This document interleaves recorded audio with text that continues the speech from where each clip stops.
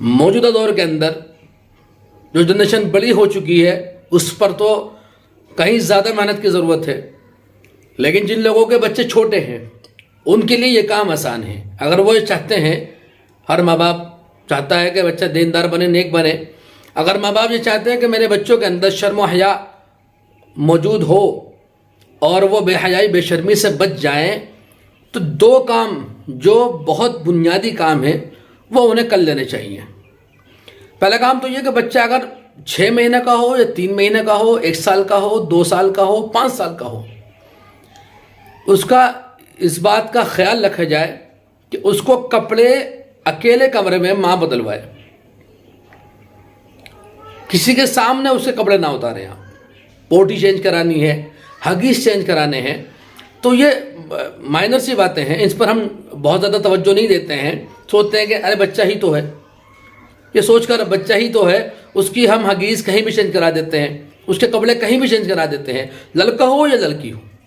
اگر آپ یہ چاہتے ہیں کہ وہ بڑے ہو کر اس کے اندر شرم و حیا باقی رہے اور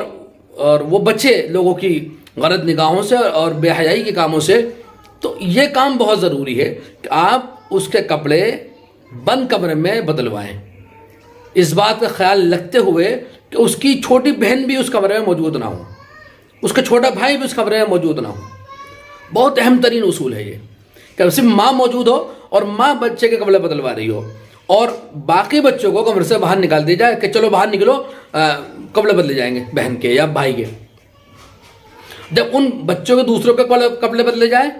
تو باقی بچوں کو باہر نکال دیا جائے، کوئی بھی بچہ یا کوئی بھی بڑا اس کمرے میں موجود نہ ہو۔ بڑے کو بھی اس بات کا پابند کرنا ہے کہ بڑا بھی کمرے سے باہر ہو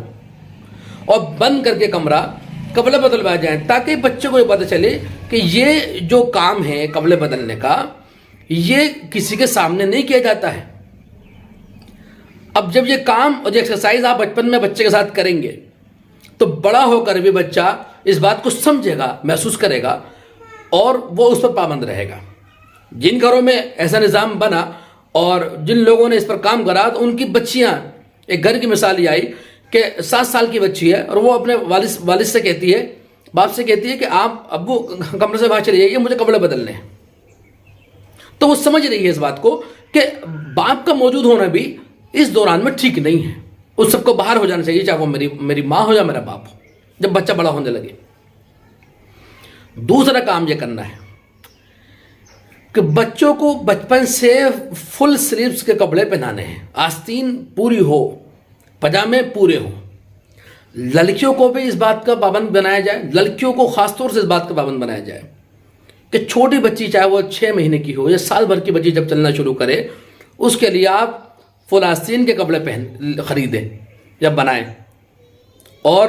پجامہ بھی اس کا فل ہو، نیکر کبھی نہ پہنائیں بچیوں کو۔ یہ بہت اہم ترین اصول اور بنیاد ہے، بالکل یہ بچیوں کی اور بچوں کی آگے کی زندگی کے لیے یہ جو نیو آپ رکھیں گے، بنیاد جب آپ رکھیں گے، یہ بنیاد ان کی زندگی کو بہتر سے بہتر بناتی چلی جائے گی۔ تو پورا خیال اس بات کا لڑکے کے لیے بھی ہو اور لڑکی کے لیے بھی ہو، لڑکی کے لیے خاص طور سے کئی گنا زیادہ ہو کہ لڑکیوں کو اس بات کا پابند کیا جائے کہ ان کو فل آستین کے کپڑے پہنائے جائے اور نیکر وغیرہ بچپن میں نہ پہنائے جائے۔ آج کے اس فیشن کے دور میں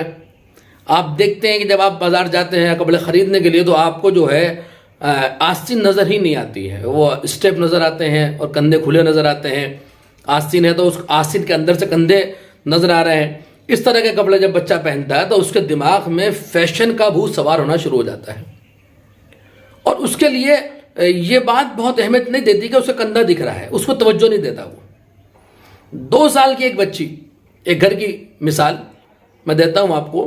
2 سال کی ایک بچی جس کو 2 سال تک فل آستین کے کپڑے پہنائے گئے، ایک دن ایسا ہوا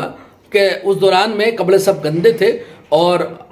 کوہنی تک کی کوئی قمیض اس کو دے دی گئی، تو اس نے فوراً اپنے والد سے کہا کہ ابو مجھے بڑا عجیب سا لگ رہا ہے، میرے ہاتھ کھلے ہوئے ہیں، کہ آستین پوری نہیں ہے، میرے ہاتھ کھلے ہوئے ہیں۔ اور بار بار یہ بچی کہہ رہی، 2 سال کی بچی جو ابھی ڈھنگ سے جس نے بولنا شروع کرا ہے، مطلب وہ انکمفرٹیبل محسوس کر رہی ہے، کیونکہ وہ سمجھ رہی ہے کہ یار کچھ عجیب سا میرے ساتھ آج ہو گیا ہے کہ میرے پاس فل آستین نہیں ہے، تو عجیب سا فیل کر رہی ہے وہ۔ یہ ہے عادت، جب بچپن سے بچوں کو فلاں آستین کے کپڑے پہنائے جائیں گے اور فل پینٹ پہنائی جائے گی، پاجامے پہنائے جائیں گے، تو بچوں کو پیٹ ڈھکنے کی عادت بھی ہوگی، بچوں کو ہاتھ ڈھکنے کی عادت بھی ہوگی۔ ہمیں بچوں کے ہاتھ تک ڈھکنے ہیں۔ اگر آج ہم نے بچوں کا ہاتھ کھول دیے تو ان کے گلے اور سینے سب کھل جائیں گے، آنے والے وقت میں کمرے بھی خود کھل جائیں گے۔ تو کمر کو ڈھکنے کے لیے، گلے کو ڈھکنے کے لیے ان کے ہاتھوں کو ڈھکنا بہت ضروری ہے۔ بے حیائی ایک دم سے نہیں آتی ہے، وہ دھیرے دھیرے دھیرے دھیرے اپنی جگہ بناتی ہے۔ آج آستین کوہنی تک ہوئی، پھر وہ آستین کندھے تک ہوئی، پھر وہ گلے چوڑے ہوئے، پھر کمریں دکھنے لگیں، پھر پینٹ اوپر ہونے لگی۔ تو دھیرے دھیرے دھیرے بے حیائی اپنی جگہ بناتی ہے۔ شرم و حیا بھی اپنی جگہ ایسے ہی بناتی ہے۔ اگر آپ نے بچپن میں بچوں کے لباس پر کام کرا اور انہیں بہتر لباس دیا، انہوں نے سمجھایا کہ بیٹے پٹلی نہیں کھولتے، پینٹ اوپر نہیں کرتے، پاجامہ اوپر نہیں کرتے، بری بات ہوتی ہے، تو بچے کو سمجھ میں آ جائے گا کہ بھائی مجھے پاجامہ اس لیے پہنایا جا رہا ہے کہ مجھے اپنے پیروں کو ڈھکنا ہے، چھپانا ہے۔ آپ فی الحال محسوس نہیں کر پائیں گے بچے میں چینجز، لیکن جب بچہ دھیرے دھیرے اس لباس کے ساتھ بڑا ہونا شروع ہوگا تو پھر آپ کو اس کے اندر بہت بڑے بڑے چینجز نظر آنے شروع ہو جائیں گے اور آپ سمجھنے لگیں گے کہ واقعی ہماری تربیت کا اثر بچے پر پڑ رہا ہے۔ ایسی مثالیں بھی موجود ہیں کہ باپ لیٹا ہوا ہے اور بچے کے باپ کا جو ہلکا سا پیٹ کھل گیا لیٹنے کی وجہ سے، بنیان پہن رکھا تھا، تو فوراً بیٹی نے جس کی عمر 3 سال ہے اس نے پیٹ ڈھک دیا، باپ کا پیٹ ڈھک دیا۔ اب یہ کتنی اعلیٰ ترین بات ہے کہ وہ بچی سمجھ رہی ہے کہ باپ کا پیٹ بھی ڈھکا ہوا ہونا چاہیے، جس طرح اس کا پیٹ ڈھکا ہوا ہے اس طرح سے باپ کا پیٹ بھی ڈھکا ہوا ہونا ضروری ہے۔ تو یہ کیا چیز ہے کہ 3 سال کے بچے کے سمجھ میں یہ بات آ رہی ہے؟ یہ وہی 3 سال کی تربیت کا اثر ہے کہ جو ماں اور باپ نے بچوں کی مل کر کری ہے۔ تو 2 کام کہ بچوں کو اکیلے کپڑے بدلوائیں، کسی کے سامنے بچوں کے کپڑے نہ بدلیں۔ دوسرا کام، بچوں کو کپڑے ڈھکے چھپے پہنائیں جن میں ان کے اعضاء ڈھکے رہیں۔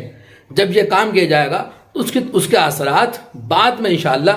نظر آئیں گے۔ اللہ سے دعا ہے کہ اللہ تعالی ہم سب کو عمل کی توفیق عطا فرمائے۔ وآخر دعوانا ان الحمد للہ رب العالمین۔